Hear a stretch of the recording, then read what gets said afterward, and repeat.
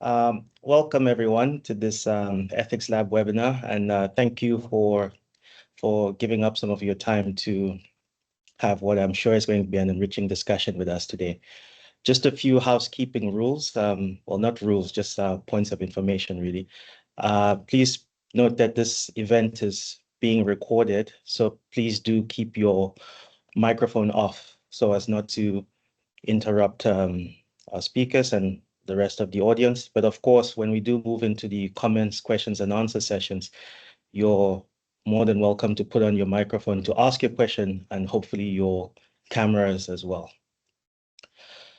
In terms of the order of proceedings for today, we're going to start off with a 30-minute presentation from our guest speaker, Barbara, followed by a 20-minute response from Nchangwi, and then we'll move on to a common question and answer session. This webinar today is part of our research development program here at the Ethics Lab, which leverages our African location to think about and write about the ethical questions posed by new and emerging technologies like AI, but not exclusively artificial intelligence. In this webinar, Professor Barbara Prainsack will be speaking about solidarity-based data governance, or data solidarity. And this is a framework that moves beyond individual control of data to emphasize collective responsibility, shared benefits, and harm mitigation in data governance. Developed in response to the power asymmetries of the digital era, it challenges extractive data practices and advocates for mechanisms that ensure data serves the public good. We are extremely fortunate to have Barbara with us today to explore these ideas further and in particular discuss their relevance and implications for genomics. And given Dr. Nchangwi Munung's work on ethical data governance in Africa, this makes her an ideal respondent for today's discussion. A recent call for a social contract in a paper she co-authored with others, they call for a social contract for genomics and data science anchored in solidarity and reciprocity. And this deeply resonates with Barbara's work. And in terms of getting to know a little bit more about our speakers today, Barbara Prainsack is a professor at the Department of Political Science at the University of Vienna, where she also directs the Center for the Study of Contemporary Solidarity, in addition to leading a work program on data solidarity. Her work explores the social, regulatory, and ethical dimensions of biomedicine and bioscience, with current research projects focusing on personalized and precision medicine, on citizen participation in science and medicine, and the role of solidarity in medicine and healthcare. Barbara is also a member of the Australian National Bioethics Committee, advising the federal government in Vienna.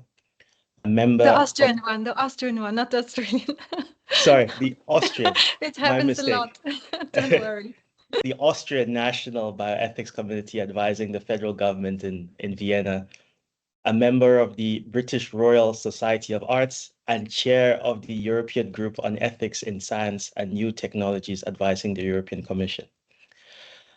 Dr. Nchangwi Munung, our respondent, is a bioethics researcher in the UCT Faculty of Health Sciences, where her research focuses on justice and fairness in genetics and genomics research, the application of African philosophical worldviews to the governance of genomics and global health research, ethical and social issues in sickle cell disease research and care in Africa, the ethics of big data in medicine, patient and public engagement in genomics and data science, the ethics of infectious disease control and management, and the ethical and social considerations surrounding emerging biotechnologies.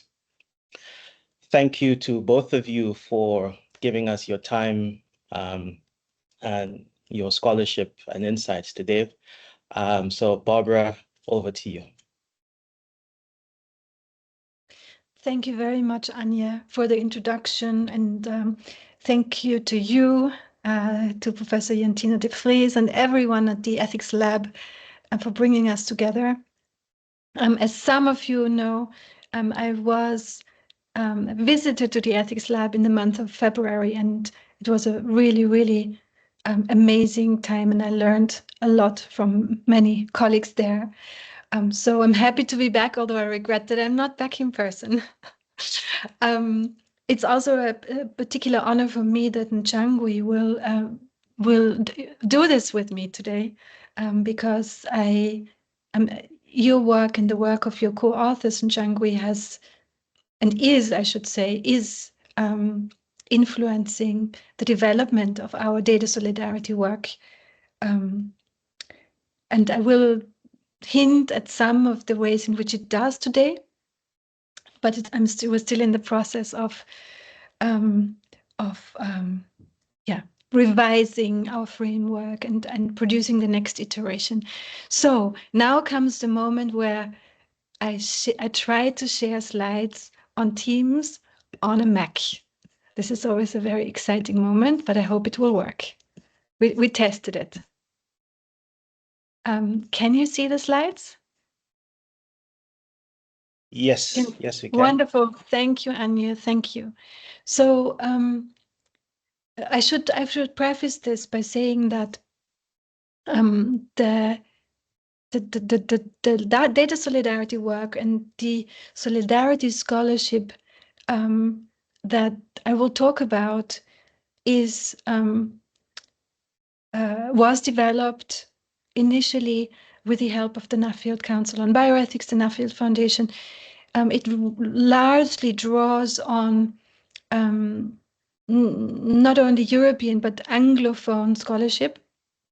And as I mentioned, we are now in the process of bringing in non-Western perspectives and learning from colleagues and scholarships, also those that are not available in English. So we're in the process of doing that, but this is of course developed in and from Europe. So that's the caveat that I would like to put at the beginning. I will say a little bit about how we define solidarity. So maybe that's a better title actually than what is solidarity, but I will say something about how we understand it. I will then also talk about data solidarity, why we came up with this notion. I think Anya already explained it very well. I can't explain it much better, but I will outline some of the problems that I hope it addresses. And then I will say a few things about data solidarity and genomic data sharing. So how can solidarity be defined? So anyone who is working in this space knows that solidarity is used in very different contexts with different meanings, sometimes to justify goals that are sometimes even contradictory. So for example, solidarity has been used to justify that some people should be excluded from healthcare, those that are seen to have unhealthy lifestyles. At the same time, solidarity is, of course, as you know, one of the structuring principles of inclusive universal healthcare systems. So there's a very, very broad range of cases and contexts in which solidarity is mobilized. There's now also increasing attention to, partly fueled by the COVID pandemic, there's increasing attention to contexts and uses of solidarity that might be merely rhetorical, empty, or sometimes even problematic. I won't talk about those today, but just to say that, of course, that literature exists as well. But when we look at the scholarship, the English, the Anglophone scholarship that has addressed solidarity specifically as a label, as a concept over the decades and almost centuries, one could say. Most definitions have a few things in common. They have in common that solidarity is seen as something that is pro-social. It's something good, something that supports social cohesion. colleagues have defined it as acts carried out to support others, or in a quite famous definition by Jennings and Dawson and Verwey, as standing up, standing with, or standing beside other people. Solidarity is also something, it's not just a one-off event. It's a sort of structural feature. It's something that is part of the social fabric of something. And the third element that many notions of solidarity have in common is that solidarity is, quote unquote, a fellowship of equals. So this doesn't mean that people who stand by each other, who provide support, are seen as equal in every respect, equal in power, equal in their position in the world, socially and economically. That's not what it means, but it means that in the moment of enacting solidarity, that practice is grounded in something that people have in common, despite all the differences between them. So, for example, universal healthcare systems are based on the assumption that everyone will, has, or can get ill, needs support, and needs healthcare in some points of their lives, independent of the different positions, the different ages, the different genders, and so on.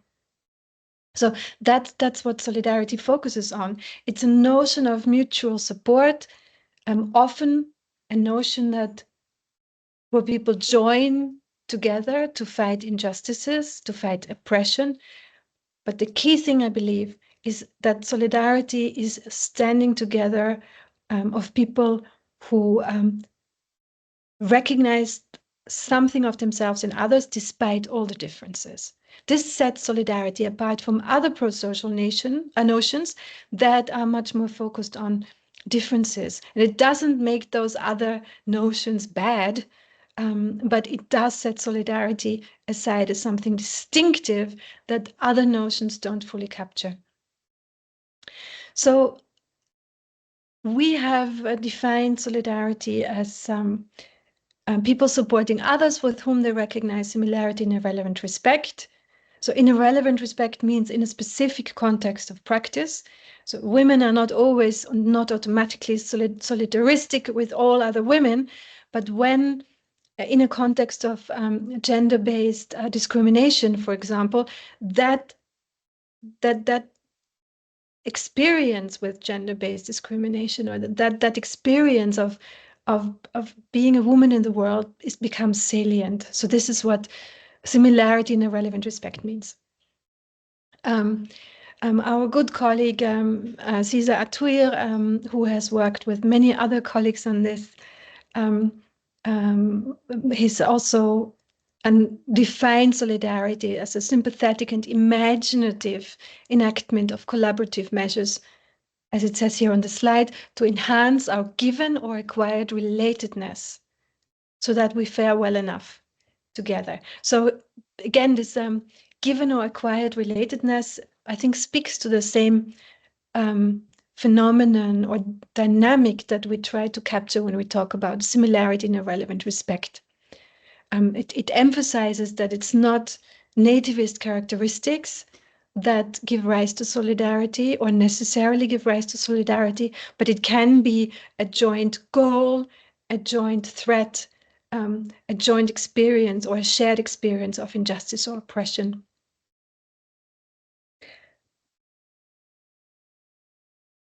What we have done in our work is we've differentiated between 3 tiers of solidarity, and those tiers are not they're not a classification, meaning they're not, it doesn't mean that every practice of solidarity falls neatly within one of the tiers. In lived practice, solidarity often fits into at least 2 of the tiers, but analytically we believe it's important to keep them apart. Tier 1 is the person-to-person solidarity level. So I'm a person who supports another person because they share they recognize some similarity in a relevant respect. If I support a person on the other side of the world who's fighting discrimination or oppression, because I have experience with this. It has meaning in my life, not this exact same kind of oppression, but I recognize a human need to be free, to be the author of our own lives. And I have experienced how that freedom can be infringed upon, and that would be the similarity in a relevant respect. This is actually leading me to an important point. I think solidarity is most needed and strongest when it takes place between people who are not connected through love or friendship.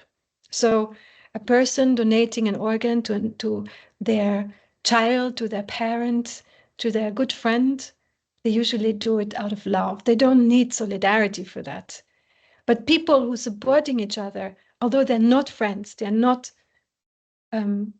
family members, they're not connected through love. This support among people, among strangers, as Jody Dean calls it, often happens on the basis of solidarity. Not always, but often.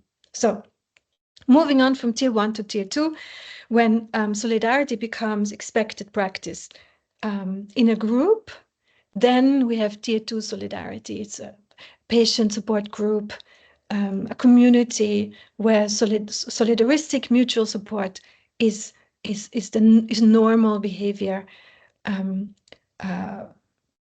Communities of farmers who support each other with harvesting and so on and so on. Tier 3 of solidarity, which we call the institutional level, is when, so policies is not only public policies, any kind of formal institutionalization of solidarity, when laws, policies, policies within companies, within municipalities, but also strong rules within a village, for example, of what adequate behavior is. When something is institutionalized in this form, then we talk about tier 3 solidarity. So why are the tiers important? Because again, it's not about saying that each instance of solidarity has to neatly fit into one of the tiers, but it helps us to understand sometimes when why crises of solidarity happen. For example, when rules are in place at tier 3, but people don't really share the values and practices that support the rule, then there's a kind of solidarity vacuum. And sometimes solidarity never evolves beyond the person-to-person solidarity. It never becomes a widespread behavior in wider groups of people. Then it's sort of stuck at level 1. So analytically, we believe it's useful. A few words about reciprocity. There's a lot of discussion about reciprocity and solidarity, and it also plays a role in a lot of thinking about genomic governance. As you know, our take on reciprocity is that the more solidarity solidifies, so in English, this is the same root of the word, the more solidarity becomes stable and institutionalized, the more important indirect reciprocity is. Indirect reciprocity means it's not a kind of transactional reciprocity. I do something for you if you do something for me, but it's an indirect reciprocity. I contribute something to a system, to a community, to a healthcare system, and somebody else at some other point in time will give me something back.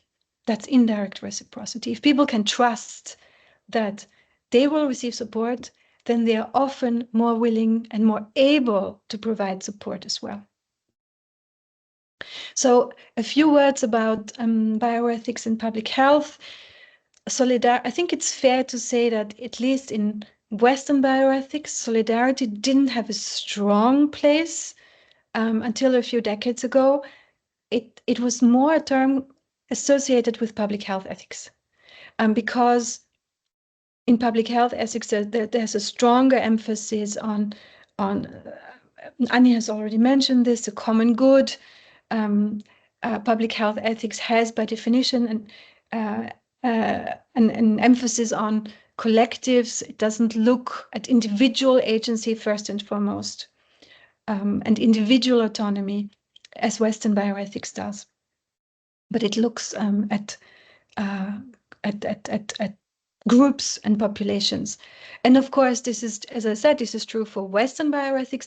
Many other traditions of bioethics have a much more, I wouldn't say collective orientation necessarily, without claiming to be an expert, but my understanding is that it's not a dualistic approach.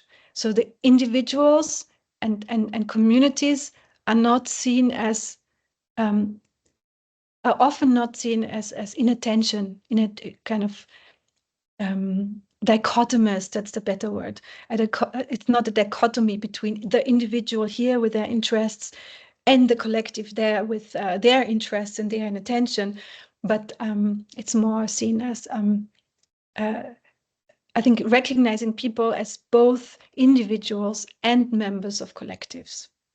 And of course, I'm very happy to learn from others who know much more than I do about other traditions of bioethics. So, global health solidarity. In global health solidarity, all I want to say, because this would be a panel discussion or a talk in its own right, the notion of solidarity in global health, and Cesar Atuir, whom I mentioned earlier, is leading a project on this that some colleagues here in this virtual room are also a part of. I just want to say that there's an increasing interest in the context of global health in recent years. The global health discourse was very much focused on notions such as equity, collaboration, shared responsibility, and increasingly it's solidarity sort of replacing those notions and coming in as a new value. And I think this is why it's particularly important to be very, very clear about what we mean by solidarity. Also, so that the term cannot be used merely rhetorically, or so it couldn't be used for solidarity washing, that something is called solidarity, but it's something that is only entrenching existing power differences and inequalities. So finally, the data solidarity concept. This slide, I think many of you will know this, despite the fact that there's unfortunately only one African country represented in this project, which is Egypt. It's a network led by Anna Middleton in Cambridge that led a large survey of people on how they want their DNA and medical information used.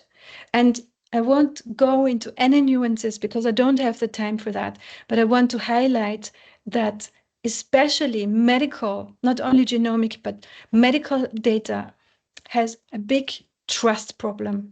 As you will see here on the slide, these are the global aggregate data. 48% would not share their information with medical doctors even. And with for-profit companies, 66, almost 67% would not share their data with for-profit companies.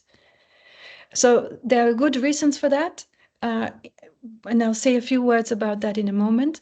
But you can see that this is the overview over different countries, that this trend that especially for-profit research has very, very low trust, but also medical research carried out by doctors, meaning for what many people would call the public good, also has, for me at least, it was surprisingly low levels of support.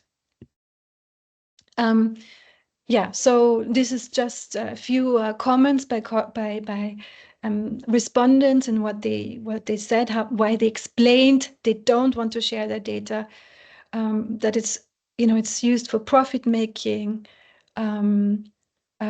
Compensation is an issue, not necessarily financial compensation, but it's really about also something that Nchangwi and colleagues did a lot of work on about fair sharing of benefits and fair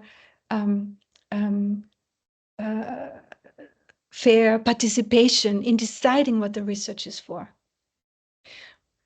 Very, very generally, what do people care about? People, when they share genomic and other medical data, they care about benefits for others. It's not true that what some people claim, that it's really about individual privacy, and people worry only about individual privacy. A lot of people worry about societal values such as fairness, proportionality. They're not against commercial profits, but they don't want those profits to be obscene, and they want some kind of benefit sharing. So here, and this is obviously we have the expert here in the room, so I'm not going to talk about this, but just to highlight some two very, all of the papers are important, but two that are particularly important for this context. This paper by Nchangwi and colleagues that formulate principles that can guide policy and practice as a response to this trust deficit. I very much agree that the response to the trust deficit should not be to just make people trust more, but to make data use more trustworthy and to more fair and equitable. Similarly, this model framework for governance of genomic research is very, very helpful and meaningful in this regard. And I think the relevance of this is far beyond the African continent. I think for me, speaking from Europe, Europe can learn a lot from this as well. I mean, Europe is in a very different position when it comes to, inequities, but in terms of how some of these problems are conceptualized, everyone can learn a lot from this. But I want to talk about, in the remaining time that I have, about what we call solidarity-based data governance, or in short, data solidarity. The data solidarity was born out of the idea that it's not limited actually to medical data at all, but it is applicable to medical data as well, that when it comes to digital practices, there are lots of benefits, but the benefits and also the harms are not shared equitably, not across the globe, and also not within societies. And that's the problem that data solidarity wants to solve. And it does so in three ways. These are the three pillars of data solidarity. The policy instruments that are needed to realize those pillars, they will vary. They will vary from institution to institution, from country to country, from region to region. The first one is to say that where data use creates significant public value, we don't talk about the public good for reasons I can explain later in the discussion maybe, but where data use creates a lot of public value, make it easier, remove some barriers, provide funding where funding is available. I will talk about what public value, what public value is in a moment. The second pillar says that let's not only talk about risk, let's also talk about harm prevention and mitigation. Sometimes certain technologies, certain practices, they create harms for people next to the many benefits that are not illegal. So legal remedies can't address them, but they're still a harm. It's still something that changes society. Think of the increasing use of AI that replace human labor. This changes society. This is something we need to be attentive to the benefits, but also to the harms. And the third one, the third pillar means that where private companies, pharmaceutical companies, tech companies, where they make profits on the basis of people's data, health data and otherwise, share the profits more fairly with the people, with the hospitals, with the countries, with the municipalities, share them more equitably. Those are the three pillars. And before I give you a very brief overview of what these pillars mean at the end of my talk, I want to spend a few moments on what public value is. For a long time, we had only an abstract definition. We said that if it can be assumed plausibly that a specific instance of data use will have clear benefits for either many people, for society as a whole, or for future generations, and no group or person will experience significant harm, then the public value is positive, if you will. We also said that it's more pronounced if it's likely to materialize for groups that are not privileged. It's more, public value is more pronounced if people in low resource contexts benefit than if a few very rich people have a more effective way of, fighting a relatively small health problem. So this is the abstract definition of public value. We then decided we had to put our money where our mouth is. And especially together with my former PhD student and now doctor, Salim El Sayed, and with colleagues at the computer science department, we developed this public value assessment tool, which is available online, and that tries to support a structured assessment of the public value of data use. So anyone who's interested can take a look at the tool, of course. The idea is not that we tell others how exactly public value should be assessed, how it should be calculated, rather. But we wanted to give a proof of principle. We wanted to give a couple of questions that can show how public value can be operationalized by a couple of questions that include the information about the organization that uses the data, the benefits that the data use is likely to have. So will this research benefit the health of many people, or is it just research that will lead to a very expensive drug that very few people will be able to afford? What are the risks, informational, physical, other risks, and what are the institutional safeguards? And anyone taking the tool or trying out the tool gets a result. People can ask about their own data use or about the data use of companies or institutions that want their data. So that the result shows whether the data use is of high benefit. This is the green quadrant, or very problematic, that's the red quadrant, or an intermediate one. And I'll show you what this means. The green quadrant here is type A. These are the data uses that are very likely to create significant benefits for people without at the same time putting anyone at grave risk. So this is important. As soon as it puts anyone at grave risk, it can't be type A anymore. We're not saying weigh up the risks and the benefit, and if it has great benefits and it will harm a few people, great. That's not what we're saying. The high public value is always in a low risk context.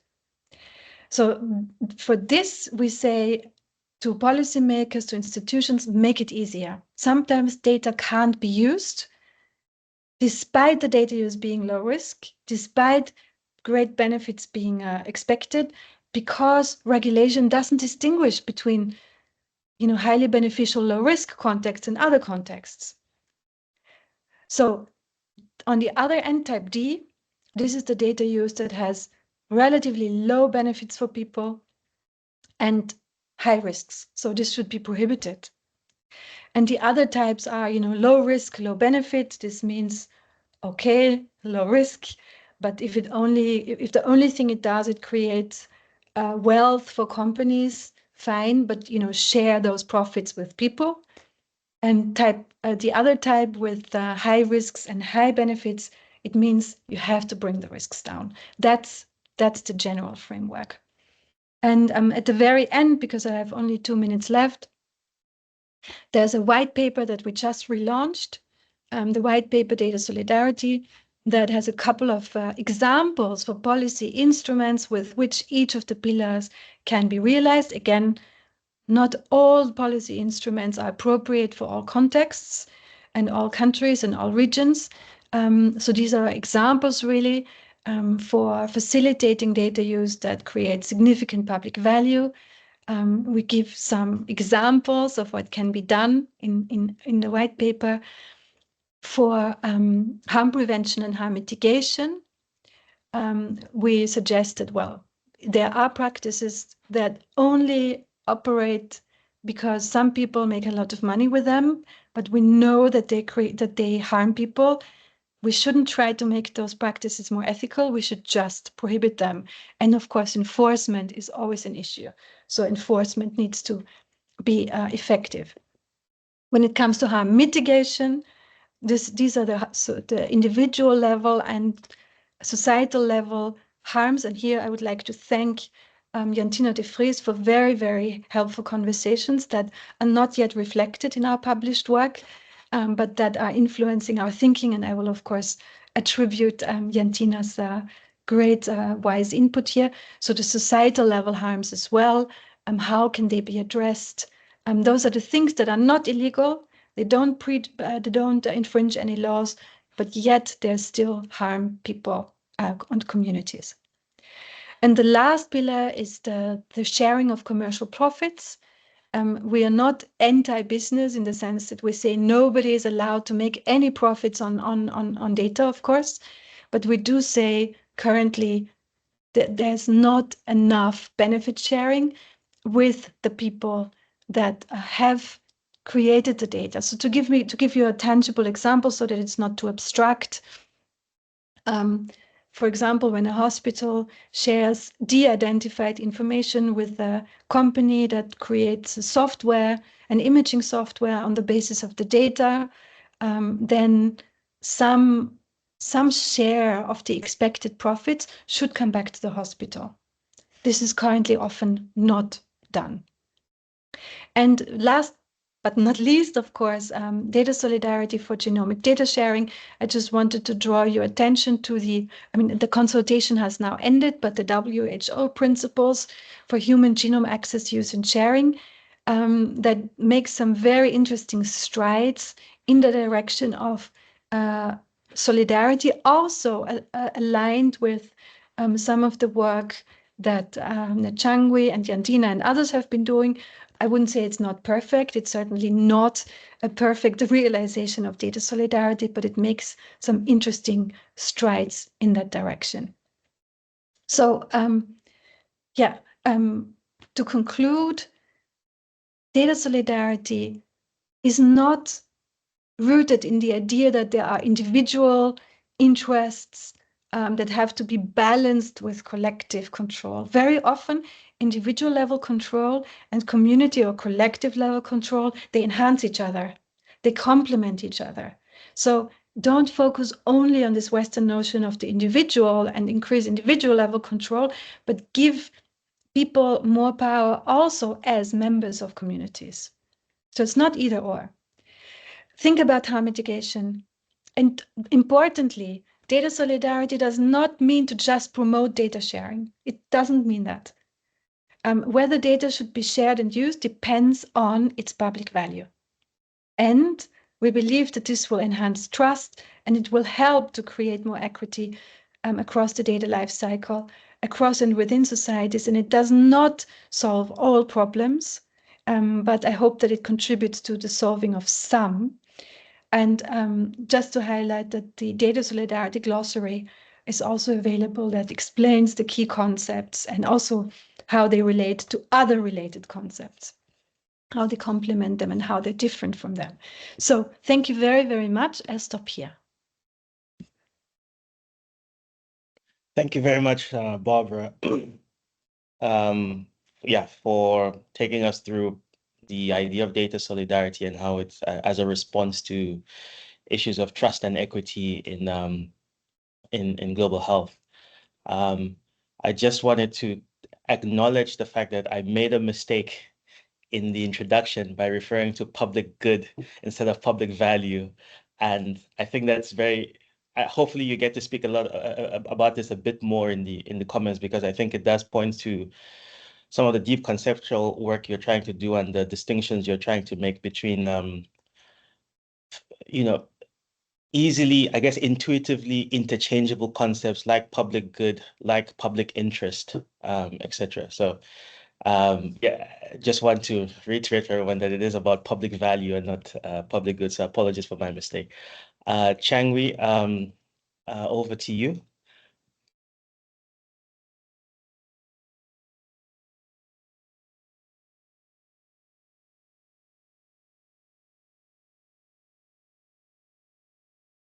Thanks, Anya, and thanks everyone for attending.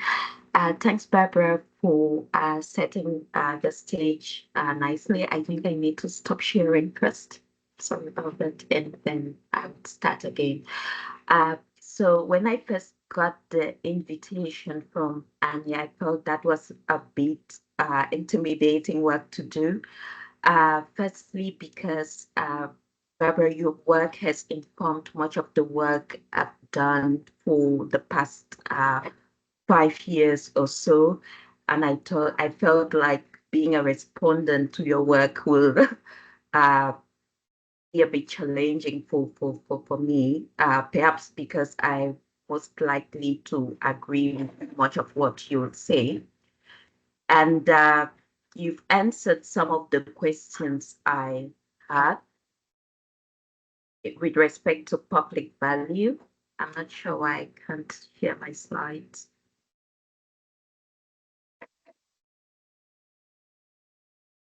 Okay. But I'll go on and see if we saw that.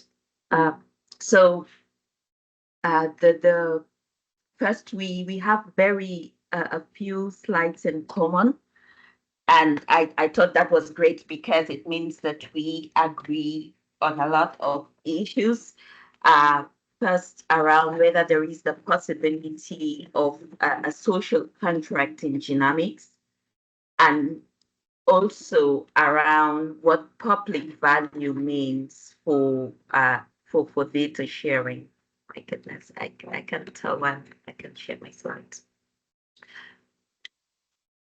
Nchangwi, do you quickly, this is Yantina, hi, sorry to disturb. Do you quickly want to email me them and then I can try to upload them for you? We did see them earlier, right? So I don't know why we could see them earlier. Yeah. Maybe if you just go to the share button and then you can share your screen.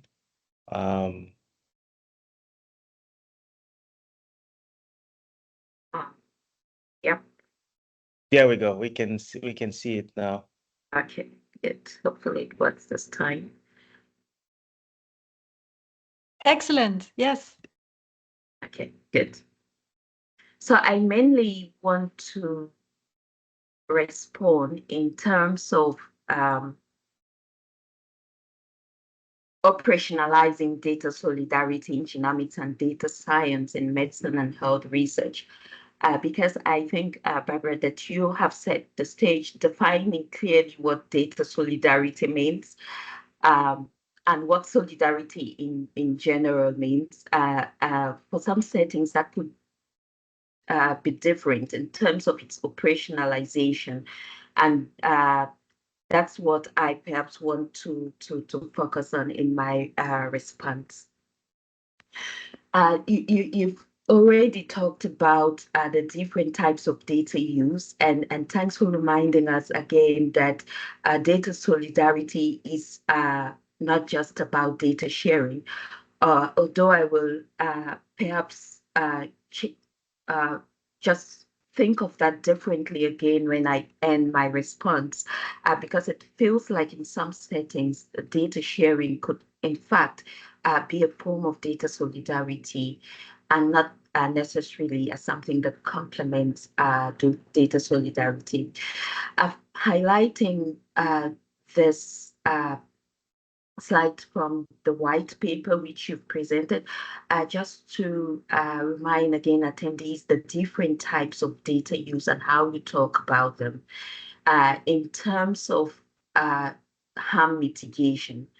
And the take-home message here for me is the need to remind ourselves of the collective responsibility to ensure that data use creates significant public value.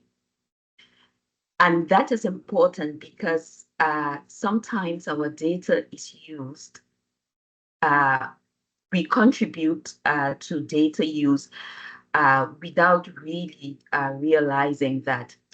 And in this presentation, I will use two examples, one for AI and data science in medicine, and the second for genomics research or genomics medicine, much more to be specific in Africa, to discuss how we think about this collective responsibility, irrespective of the different types of data use and the harm that may occur, as well as the harm mitigation instruments that's suggested, that Barbara suggested. And Barbara suggested 3 pillars of of solidarity-based data governance. And I think my first question is, when we talk about harm or risk, what do we mean? And I think that people have generally talked about it in terms of discrimination, the privacy and security risk. But what I hear from your presentation, Barbara, and from the white paper, is that there are other risks that we really need to think about in terms of data use. The possibility of it to widen inequities in science, as well as social and economic inequities. And I think that could be both within and between populations. We've talked about profits, and I'm not so sure whether that is a harm or something of public value. And we link that to taxing, whether we should be taxing corporate data as a mitigation strategy. But it's good to also think of profits in terms of the benefit and harm. And in terms of harm here, I'm thinking about using exploitation. And I will show how that could be possible for AI and data science use. And why perhaps we should think again about the idea of taxing corporate data. I had a question about what constitutes public value. And Barbara's explained some of that, including the toolbox that could be used. And I'll take a look at that, so I wouldn't overburden that point. But when I looked at the white paper, the public value could really be broad. It could be something about national security, research, public health.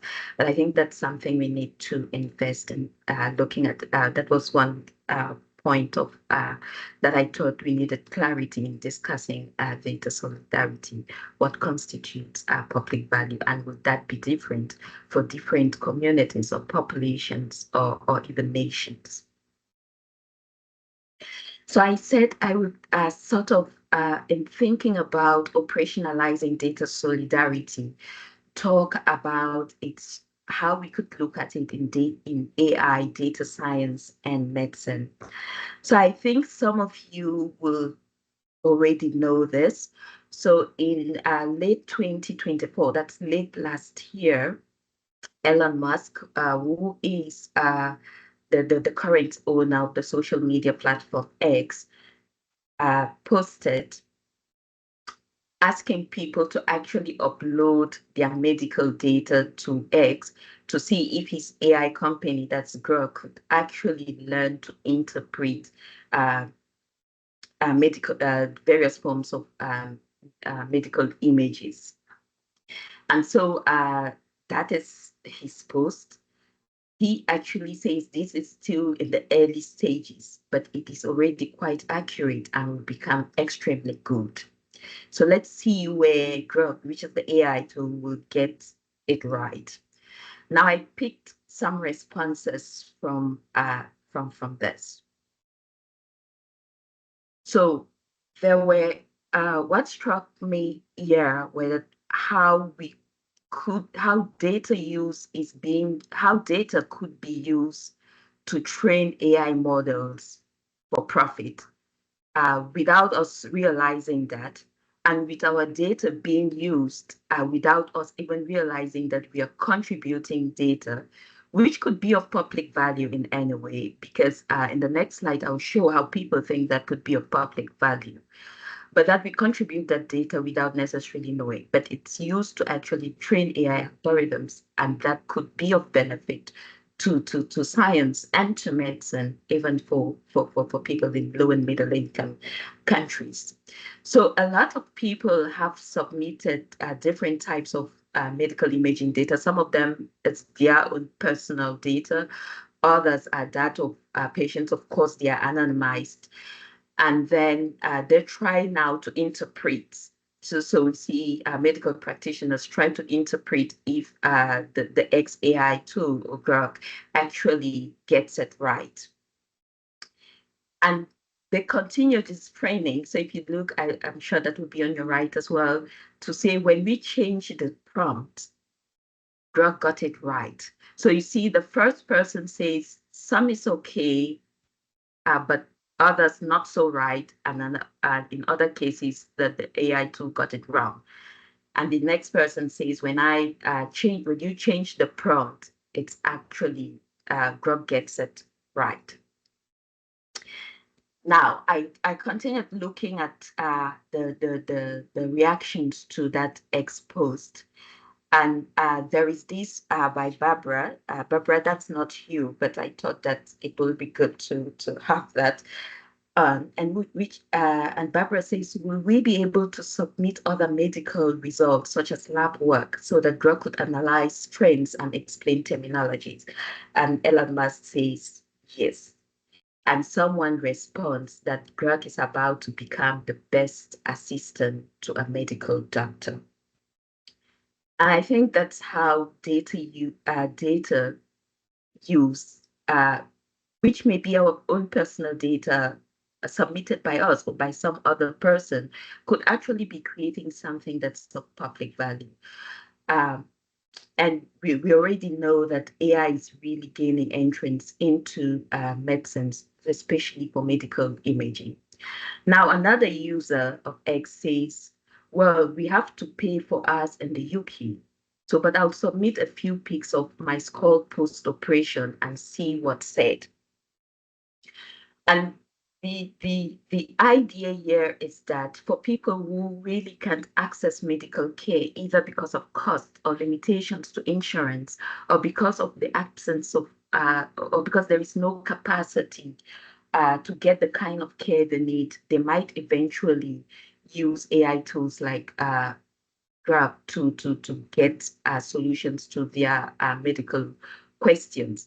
But the question is, now that we submit data to train this AI algorithm or tools, when it's actually perfect, which is what people seem to be suggesting, that it's getting better depending on the prompt, will this move to premium, where only a few people can be able to access it, or where it already prevents certain people or certain populations or nations from actually benefiting from the same AI tool that they contributed data to train? And I think the question, Barbara, here for me is whether in such a case, how do we operationalize the idea of profit sharing or benefit sharing? And because the data solidarity talks about institutionalizing benefit sharing rather than a corporate tax. But if we think that Grok will be trained by data submitted from different countries, how do we do that in such a case? Will corporate social responsibility be a much more appropriate approach, which I know you say it's not part of the data solidarity, and we should think more of institutionalizing benefit sharing, but I was thinking of more of the practical aspects in such a case. Now, if I move from AI in data science and medicine and talk about genomics in research and medicine in Africa, I picked this example from Investec.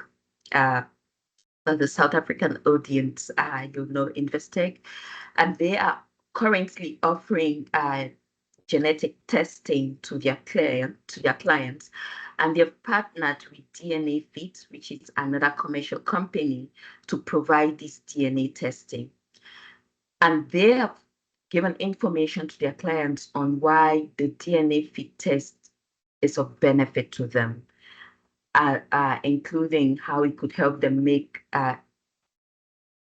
optimal choices about their diet type, carbohydrate and fat response, caffeine and alcohol metabolism, and all of that. But they do have a very comprehensive ethics section on genetic testing.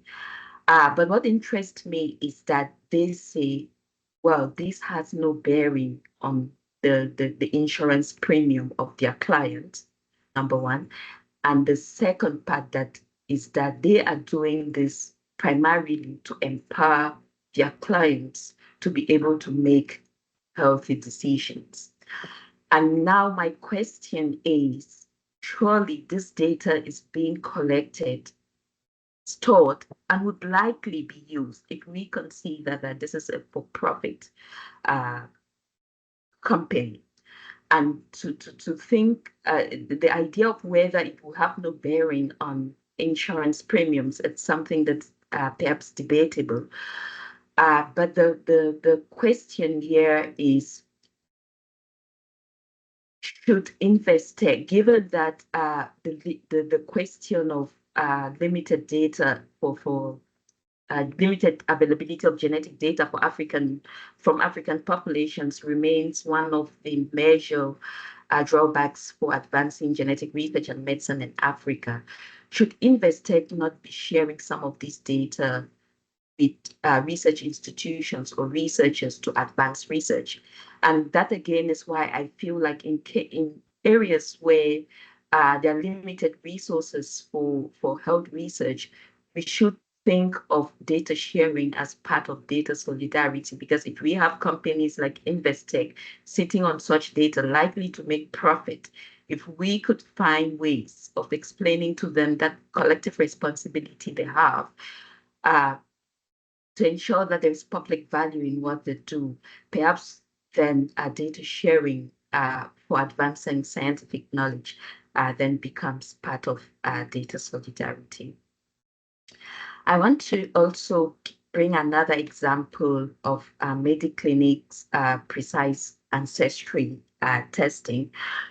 And what again is interesting here, again, we can think of the 23andMe scenario and what will happen in case of a data breach and what mitigation plans they have. But it's the wording that Mediclinic uses that keeps me thinking. They say you can contribute to science, which means they're thinking of the collective, they're thinking of the solidarity from their clients. They can contribute to science by opting in to participate in groundbreaking research projects. We do not know if these groundbreaking research projects, there's no point or clarity at this time, if this is mainly for profit research initiatives, or they are actually the type of research that will happen in universities. I'm not saying all research that happens at universities is not for profit. But if that is the case, if it would be used for profit research, should we consider taxing some sort of a data tax for companies like this? And I want to go back, and I think Kira is on this call, because when I read the white paper again, Barbara, it reminded me of this discussion which happened it's almost 10 years when Discovery Health actually made the announcement that they will offer genetic testing to their clients, and how the data from that of course, would be given back to their clients, but that data could then be used by commercial companies.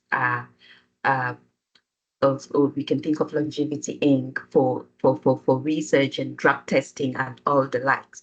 So again, this is another case where genetic data is being used for profit.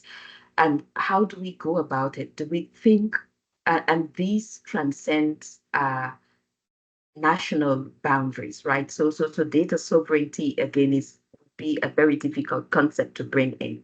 Should we think more of a corporate social responsibility for these companies to then support back health research in the countries where they operate or in the populations where they operate, and that provide them with this data?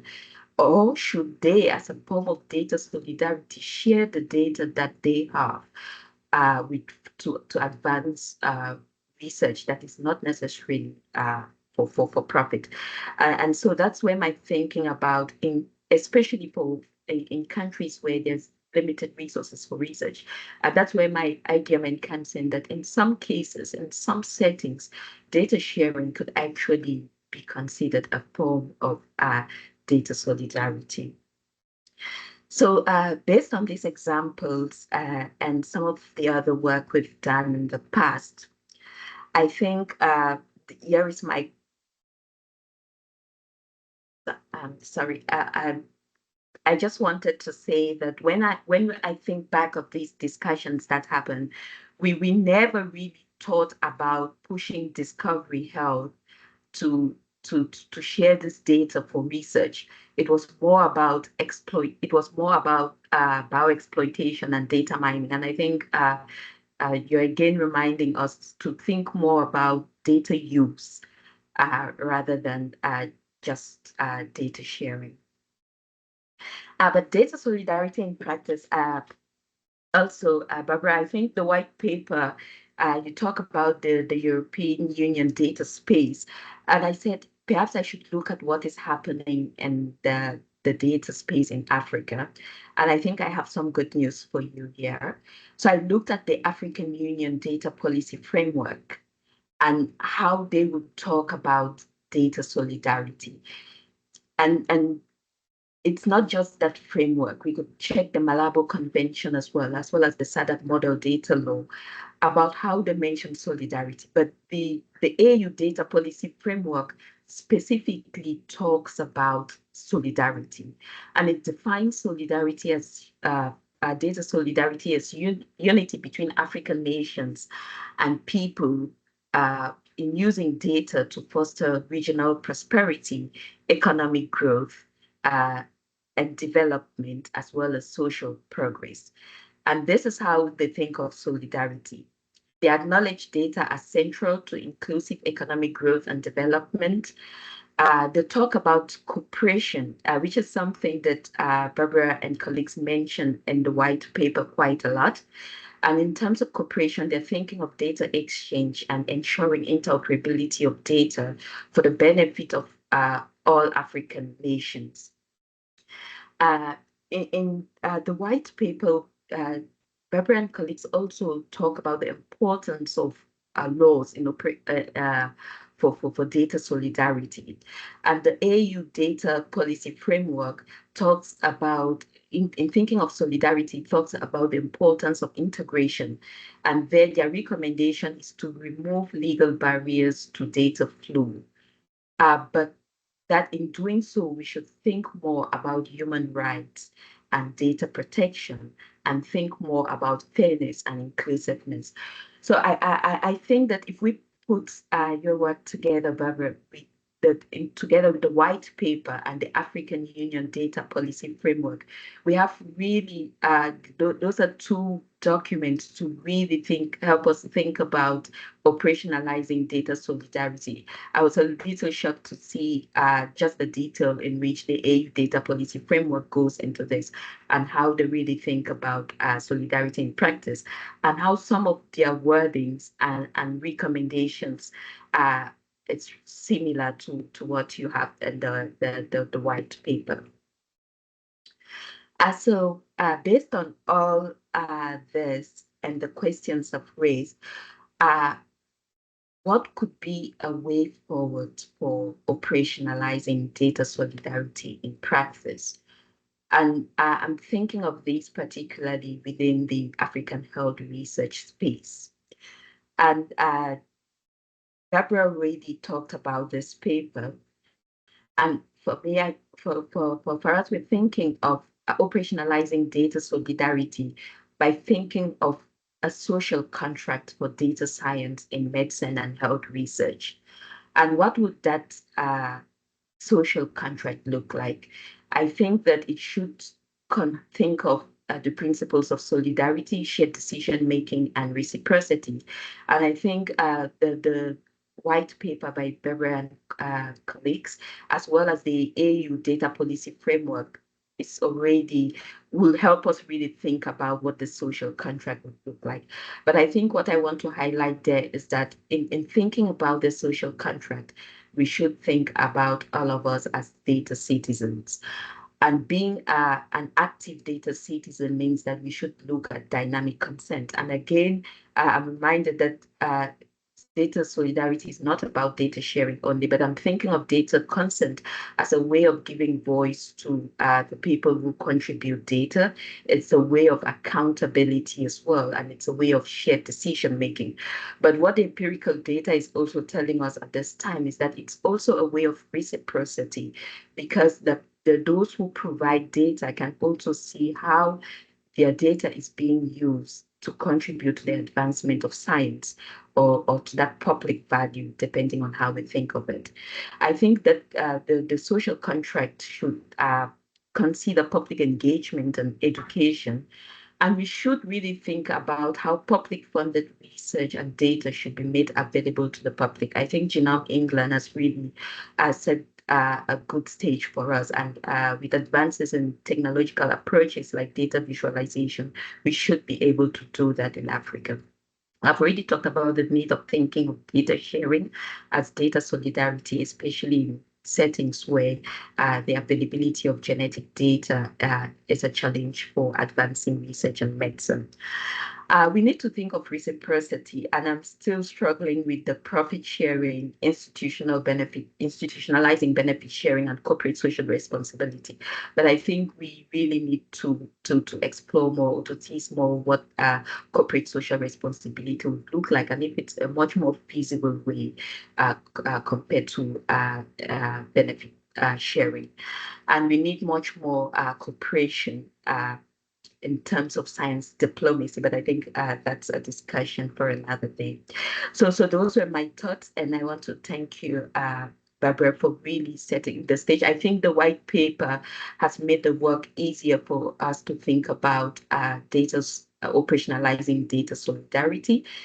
Thank you, Anya, and your colleagues at the EthicsLab for inviting me, and many thanks to all the attendees. Excellent. Sorry, excellent. Thank you so much, Nchangwi. And normally I would take a moment to just capture some of those questions, which I'll try not to take too long so that we can open the floor both to Barbara for maybe an initial response and also to the rest of the audience. So, amidst the general call to sort of see the white paper Barbara's co-authored in conversation with the AU data policy framework, sort of that, the comparison of different conversations across different geographical contexts that have this underlying shared similarity. I think there's three questions that you're asking, or at least trying to invite more thinking around. So one, how we understanding harm. And I think, you were hinting at pushing beyond, thinking ordinarily around bias and discrimination to sort of more deep analysis of the different kinds of exploitation, relations of exploitation at play. You also wanting to push a little more on this idea of public value, especially in sort of the example you were giving around AI and how we could work together to train an AI model that at least on the surface has ostensible public value, but when it's ready to do that work, access gets limited, and people are sort of cut out from the benefits. And I think the question that you spent a lot of time around, I think taking seriously Barbara's distinction between data use and data sharing is again this question about whether or not data sharing can be an expression of data solidarity, especially in contexts where there's a limited availability of genetic data, like on the African continent. So, Barbara, I'm going to give you maybe about 3 to 5 minutes to just see your overall impressions of some of the extensions to the argument that Nchangwi is proposing, and then we can invite others to, comment and raise questions as well. Thank you. Thank you very much, Anya. Nchangwi, I loved what you said. Thank you. It has given me a lot of food for thought. Some of the things I had thought about, but many I haven't. So thank you for that. I will adhere to the time. Public value, you put your finger exactly on the spot where it hurts, because it's easy to define it in the abstract, but it's very, very difficult to operationalize it. And I don't think we have a good solution for the problem that you mentioned. So what happens if somebody, there's always ways to lie to the system, right? And we've thought about that. But what happens if something that where one can plausibly expect that it will create public value according to the criteria that we mentioned, and then something happened that it doesn't? So what do we do? How do we deal with those? And the best solution that we have, and this is by far not perfect, is to think of different types of auditing. So post-market approval auditing. So not so much to check whether people lied, but to track what happens with those public value expectations, and also to be able to readjust if they don't create that public value, or if their risk is high, or because they benefit only very, very few people. So then a reclassification as a lower public value application would happen. But how to do that in practice, I think it's very, very difficult. With regard to data sharing, the data sharing could be one of the ways in which companies give back to communities. Absolutely. I couldn't agree more. What I was arguing against, and I think this is not so much a misunderstanding between us as it is a problem inherent in this very, very fluffy, broad concept of data sharing. What I'm arguing against is that, solidarity is used to morally blackmail people into giving up their data. That's what I'm arguing against. But should and can data solidarity mean that companies share the benefits in the form of data sharing? Absolutely, yes. It could be taxes. I think taxes are difficult to implement. My Kenyan colleagues tell me that that's very difficult to do for technical and other reasons. It's also difficult because a corporate tax here wouldn't solve the problem. The companies would pay the corporate tax in the high-income countries where they are headquartered. And so it wouldn't solve the global inequality problem. But making data available is a good start. But it shows what happens if we think in terms of benefit sharing. We have a lot of possible solutions and ideas. I'm already over 3 minutes. So one more point that I want to highlight. I will think much more about the social contract. I have not been a big fan of this concept so far because I thought that it's often, putting a very weak concept where a stronger could be, that creates more accountability. But the way that you have conceptualized it, so I will look more into how you conceptualize this. This seems to be also in connection with the notion of data citizens, a very, very powerful concept. So I thank you for that. Finally, the point about that you demonstrated very, very well, the problem that AI fills health care gaps in some world regions where people don't have the economic means to pay for it, or where there is no health insurance. I think that is a huge problem. Not only because people will then be locked out of the applications, but also because we're creating a society where the rich pay with money and the poor pay with data. And any kind of, and this is what I will close with, any kind of suggestion, well-meant suggestions that people should be paid individually for their data supports that.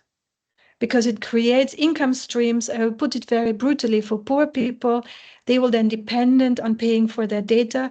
They will give away more and more of their data because it's income for them, and other people will still, have healthcare systems that they pay in, or they will be able to pay with money. So when we talk about sharing profits, we always talk about sharing with communities, with a hospital, with a village, with a city, even with a state government, but don't pay individuals.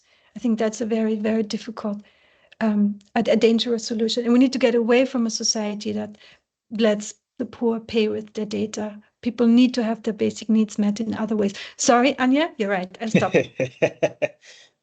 Thanks, Barbara. And yeah, thanks for those initial observations and responses. I'd like to open up now to everyone else. You can just raise your hand. That would be preferable, just, to come off your mic so that we can get some human connection. But if you'd rather not, that's also fine. You're welcome to put your questions in the chat room. And even if you do put off your mic, you don't have to put on your camera as well, if you'd rather not. So while we wait for, so we've got Yantina. Thanks, Nchangwi and Barbara. I really enjoyed that. I particularly enjoyed, because I know both of you work independently, and I really enjoyed the conversation, or Nchangwi, your framing some of your thinking in conversation with Barbara was very enjoyable. I've got a question, not so much about what you were, both of you, what you were saying, but I've got a question about, Nchangwi, I like your, the table from your paper with those various kind of principles that could guide our thinking about data, and the social contract that surrounds data sharing. Barbara, you had that table in your slides as well. Solidarity there, of course, is one of a set of principles. And so I'm interested in hearing you both think about, reflect, just some thoughts on solidarity, both as kind of the orientation of thinking about data, but also as one of the principles that can help us guide how we think about data governance, particularly in relation to those other principles like reciprocity, for instance. So I'm interested in hearing you say something more about the other principles and how they relate to solidarity.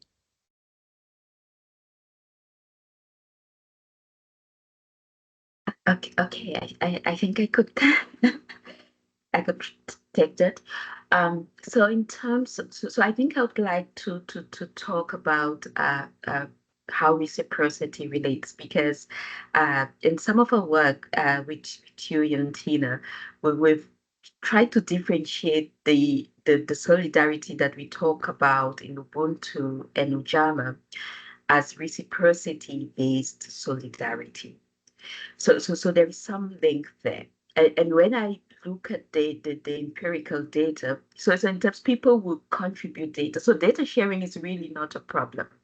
People want to share data because they identify with a certain group and hope that by sharing that data, they will contribute to something that will help others that they do not know about. So it's nothing that has to do with charity or organ donation.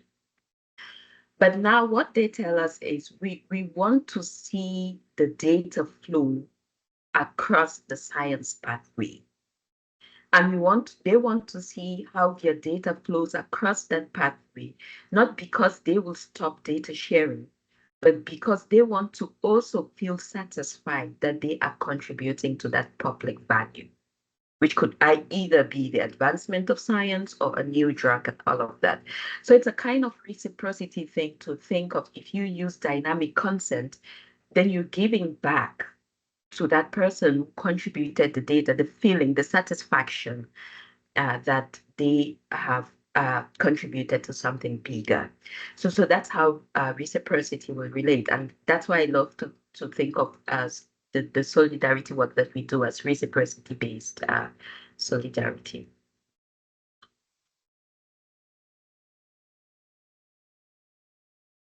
Thanks, Nchangwi. Barbara, do you want to? quick response on your end? So the values that, and I'm referring to the table, the values that you have in your Genomics and Health Data Governance in Africa paper, they are, some of them are, I would say, design principles of the data solidarity framework, in the sense that shared decision making is very much built into data solidarity, or I should say that data solidarity draws upon shared decision making, in the sense that it goes away from this individualistic frame. Reciprocity is as I said in my talk, is a requirement for stable solidaristic systems. Shared responsibility, maybe that's the one that we haven't thought about so much. Definitely we have thought about accountability, because and I think this is how, well, this is where I understand your notion of social contract going as well, Nchangwi, and this is why I like it, because it holds some data users accountable. Holding data users accountable, I think, is of key importance, and we can do that by legal means, but we also need to face that sometimes the resources for enforcement aren't there in some places. But there are other ways of accountability that we can use. Reputational currencies are hugely important nowadays, especially for large companies. So here, pressure from below, from the people, I mean, can also enhance accountability. Yeah, and transparency and shared resources are built into the idea of data solidarity. So in that sense, they are fully compatible. And I also put in the chat the glossary, because the glossary has very short descriptions of how some of those concepts relate and complement data solidarity, and how some of them are different or incompatible even. But in your framework, Nchangwi, I mean, it's not congruent, of course. I think it's very helpful and complementary, but it's fully compatible, which is, of course, why I like it. So, and yeah.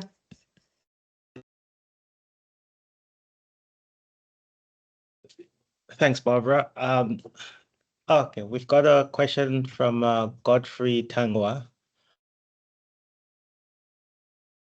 You can put on your mic and go ahead.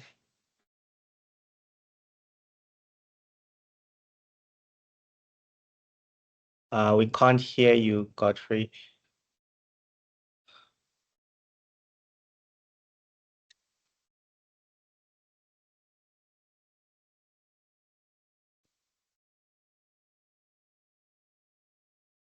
Godfrey, are you there?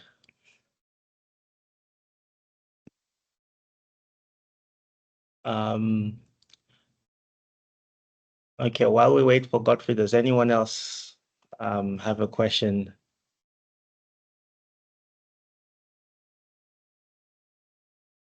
Just raise your hand or...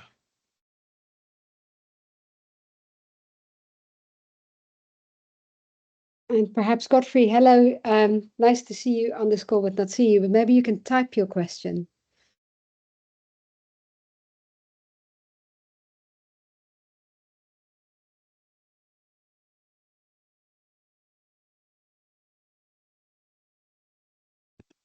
In the meantime, Nchangwi, I would like to thank you also for highlighting the African Union document, which I had been aware of, but to be honest, I had not looked at it in sufficient detail to see those. I mean, I've read headlines, but I will look at this very, very carefully now, and I think there are lots of resonances and things we can learn from.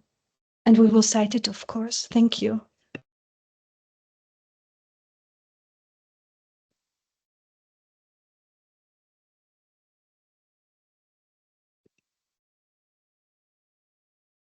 And yet, perhaps if there's no other questions, and we are about to round off, if I may just make... Oh, there's Mavis. Okay, good. I will hand over to Mavis. Hi, thank you. I really enjoyed that discussion. It's great to see you, well, to see everyone on the call. I'm in one of those things where it's not really a question, but I guess a reflection on everything that's been happening in the world, that, you know, both you, Nchangwi, and Barbara have spoken about, which is a kind of, I guess, immersion of technology companies into everyday life, right? So when you kind of see, as you were saying, Nchangwi, about Twitter or X talking about upload your health data to to the forum so that AI can be trained and all of that. There's a question for me, or maybe just a feeling of what can we actually do in the world about solidarity and solidaristic practices when there's a lot of power that is already being taken away from people by these technology companies, that governments can't even hold the technology companies to account because of the way the tech companies already exist.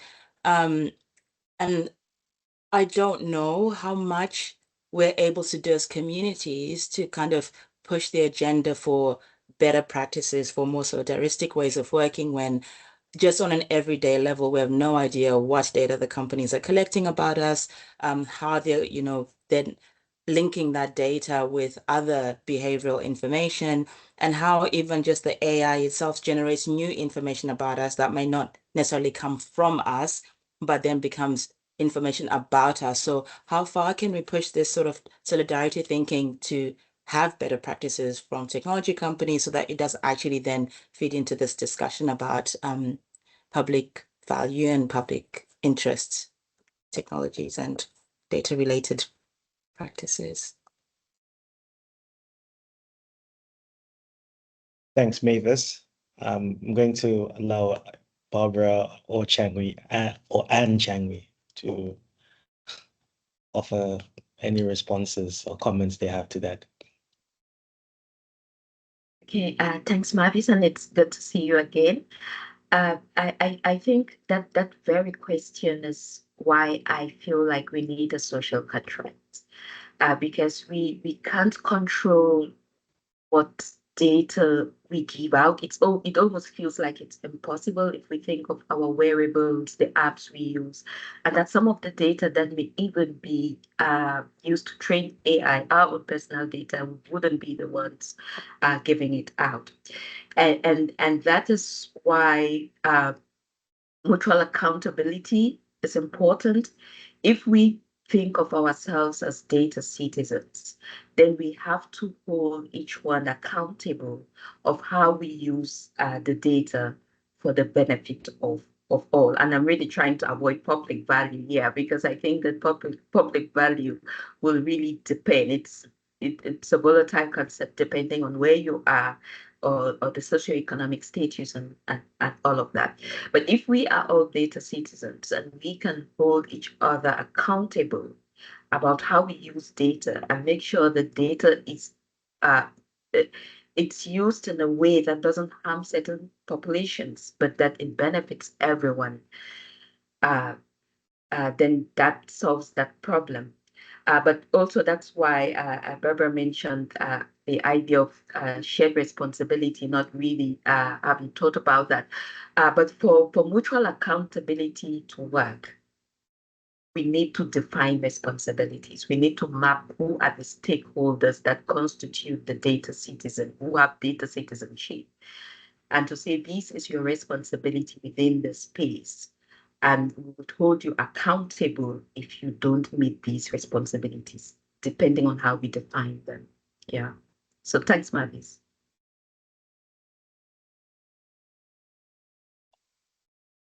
Is there still time or not? Yeah, there is a little bit of time, which we can take some thoughts from you, Barbara. So I think we can't sugarcoat that the world is not moving in the direction of data solidarity at the moment.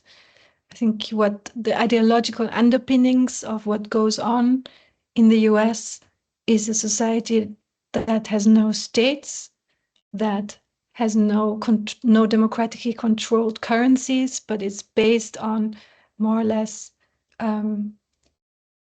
deregulated and decentralized data and cryptocurrencies and different tribes that have different access to different world regions. If you look at some of the work that is out there by Balaji Srinivasan and others. So it doesn't look very positive for data solidarity, but I think that's not a reason to give up. I think that Nchangwi, your concept of data citizenship is very, very important because it draws attention to the ways in which as human beings, our freedoms and rights can be compromised via our data bodies.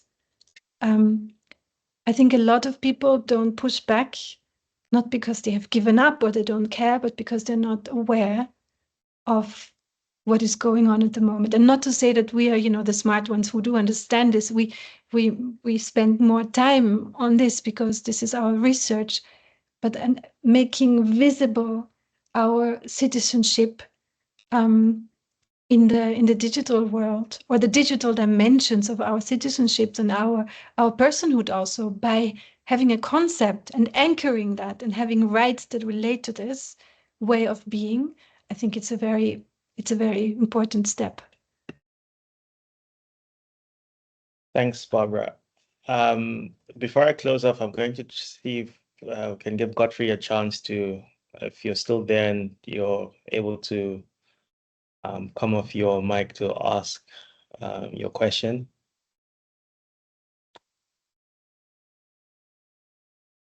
Okay. I think, thanks for, Godfrey, thanks for posting on the chat. Sorry, I think Yeah. Godfrey just posted in the chat, and I'm sorry to interrupt. So I'm going to just read out the question. I was impressed with the initial attempt to define solidarity. It was like spending so much time discussing how to secure the table after the horses had all bolted. A system which allows for profit research in the health domain for both individuals and corporations cannot be discussing solidarity, which ought to be discussed much earlier. So I'm guessing Godfrey's pointing out a tension here between profit making as a sort of institutionalized practice of our economic interactions and this idea of solidarity as a well, interpersonal but also institutional moral value. So any initial comments on that tension, Barbara, Nchangwi?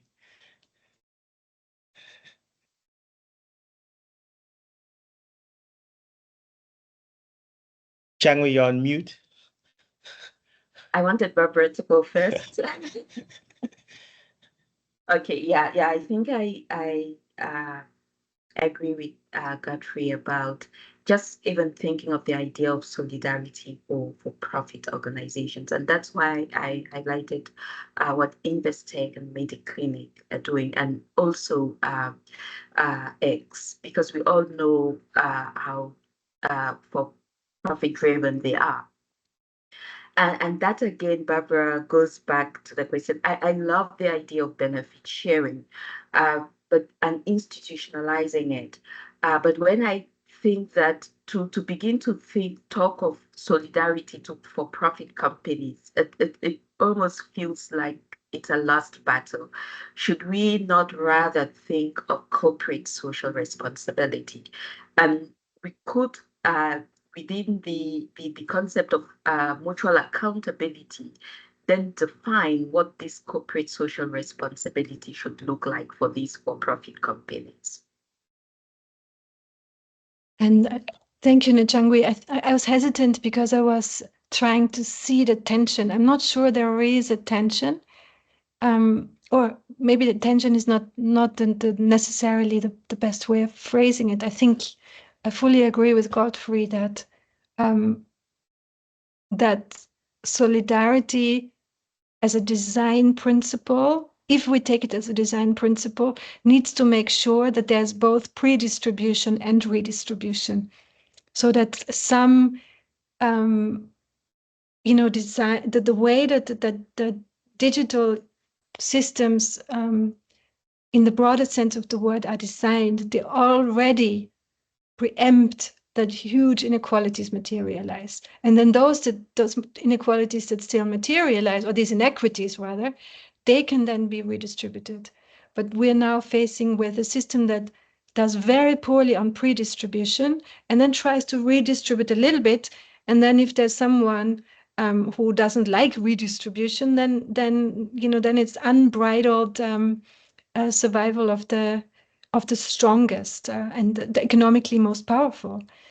And the economically most powerful then get the whole cake, if you will. So I didn't read it as a tension. I read it as and maybe I'm misunderstanding it, but I read it as a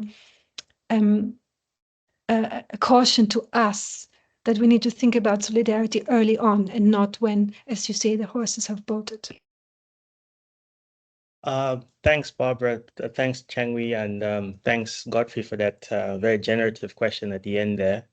I'd like to close off this webinar by again thanking Barbara and Nchangwi for their generous offer of their time and insights, and to the rest of you as well for attending and also your engagement at the end just now. And just a quick recap on my end around just the take homes and points of connection and just what I think was happening in this discussion. I think both Nchangwi and Barbara share addressing similar problems of trust and equity in health, in medical and health research. But in the very specific context of power asymmetries between corporate power on the one hand, or corporate power in partnership with governments, but also corporate power exercised against governments and individual citizens. And really, at least the work you're doing, which has been super enriching and beneficial here, is just exploring the vast conceptual repertoire that we have available to make sense of these different configurations of power. So whether that's data solidarity, data citizenship, social contract, these are all different ways of thinking about how we can restore trust and equity in this in our health system. So thank you very much, and thank you to everyone else. Hope you have a good rest of the day, and yes, thank you for joining us today. Thanks, Anya. Thank you so much. Bye. All right. Bye, everyone.